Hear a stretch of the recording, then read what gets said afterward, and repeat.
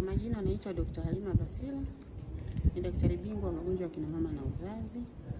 Natokea Mwanza, wilaya ya Nyamagana, katika hospitali ya wilaya ya Nyamagana. Tumekuja Singida kwa ajili ya mentorship ili kupunguza vifo vya mama na mtoto.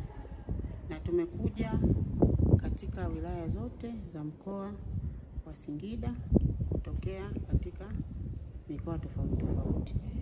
Tuko jumla ya watu wa huduma 20, kwa hiyo wengine wamegawanyika kwenda katika wilaya nyingine.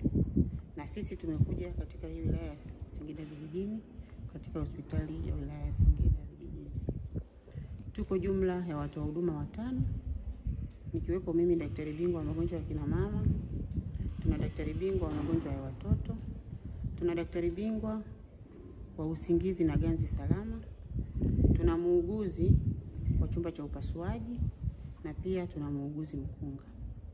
Lengo la kuja katika mentorship hii ni kwa ajili ya kuwajengea uwezo watu wa huduma katika hii hospitali, hususani maeneo ya mama na mtoto, ili tuweze kupunguza vifo vya wamama wajawazito na watoto wachanga.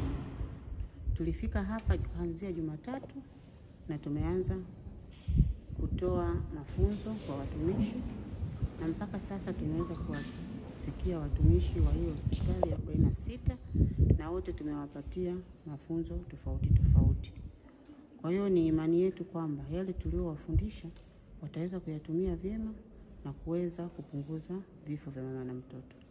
Tunamshukuru sana Mheshimiwa Rais, kwani ameona ni jinsi gani tunahitaji kupunguza hivi vifo, na jitihada yake nyingi anazitoa kwa ajili ya kuwasaidia wananchi na pia kuokoa hawa mama wajawazito na watoto wachanga.